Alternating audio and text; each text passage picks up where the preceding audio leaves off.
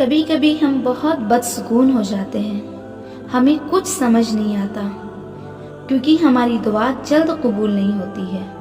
ہم اللہ سے شکوہ کرتے ہیں، اس کے سامنے بہت سارے سوال کرنے لگتے ہیں، لیکن اس کا مطلب یہ نہیں کہ ہماری دعائیں قبول ہوں گی ہی نہیں۔ آج میں ایک ایسی لڑکی کی اسٹوری شیئر کر رہی ہوں جس کی شادی لگ رہی تھی اور پھر ٹوٹ جا رہی تھی۔ وہ اپنی بات خود بتلاتی ہے کہ میں شکلاً بری نہ تھی بلکہ میں سب کو پسند آ جاتی تھی، لیکن نہ جانے کیا ہوتا کہ رشتہ کسی نہ کسی وجہ سے کٹ جاتا تھا۔ جو لوگ دیکھتے یہی کہتے کہ لڑکی تو خوبصورت ہے، پھر کیوں اس کے رشتے کٹ جاتے ہیں۔ میرے ساتھ کی جتنی لڑکیاں تھیں سب کی شادی ہو چکی تھی۔ وہ سب مجھ سے میری شادی کب پوچھتی تو میں کچھ نہ کہہ پاتی کیونکہ میرے پاس کوئی جواب ہی نہ ہوتا۔ میں اللہ سے رو رو کر دعائیں کرتی، آخر وہ میرے ہی ساتھ ایسا کیوں کر رہا ہے۔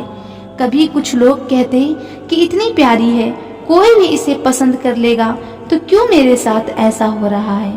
میں نے سنا تھا کہ تہجد کی دعائیں قبول ہوتی ہیں، تو میں نے تہجد بھی پڑھنی شروع کر دی اور اللہ سے بہت دعائیں کرتی، روتی، گڑ گڑاتی اور ان سے دعا مانگتی۔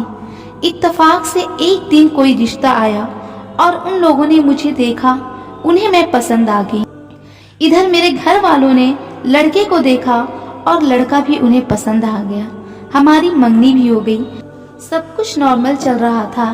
ایسا لگ رہا تھا کہ اللہ نے میری دعا سن لی، اب وہ مجھے خوشیاں ہی خوشیاں دینے والا ہے۔ لیکن خدا کا کرنا کچھ ایسا ہوا کہ میرے بھائی کو لڑکے کے متعلق کچھ خبر ملی کہ لڑکا صحیح نہیں ہے، اور وہ پتہ کیے تو بات صحیح نکلی اور رشتہ وہیں کا وہیں ختم ہو گیا۔ جب میرے کانوں میں یہ خبر آئی تو مانو میرے پیروں تلے زمین کھسک گئے، کیونکہ یہ 14واں رشتہ تھا۔ میں کتنے لوگوں کے سامنے گئی، پسند ہوئی، ریجیکٹ ہوئی، تو کبھی اس طرف سے انکار کر دیا گیا۔ مجھے کچھ بھی سمجھ میں نہیں آ رہا تھا کہ میں کیا کروں۔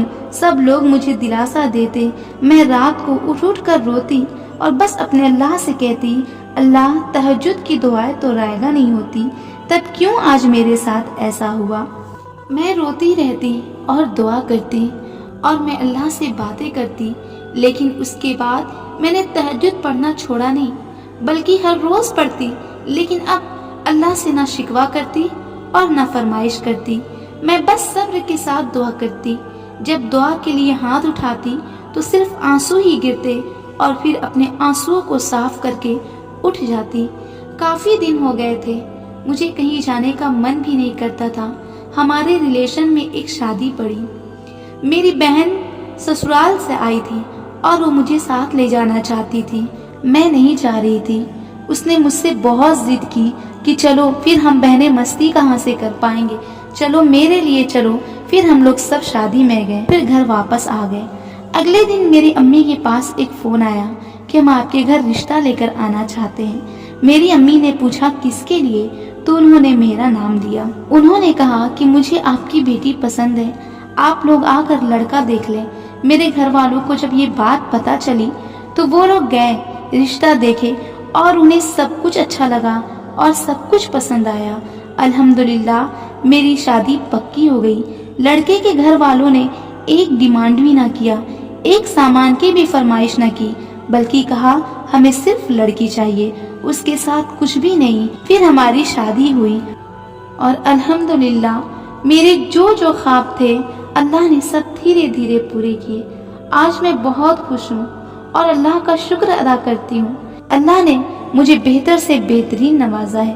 میں آپ سب سے یہی کہوں گی کہ دعا مانگنا نہ چھوڑیں، دیر ہی صحیح لیکن اللہ تعالیٰ ضرور دعا قبول کریں گے، کیونکہ اللہ کہاں سے تدبیر نکالتا ہے کوئی نہیں جانتا۔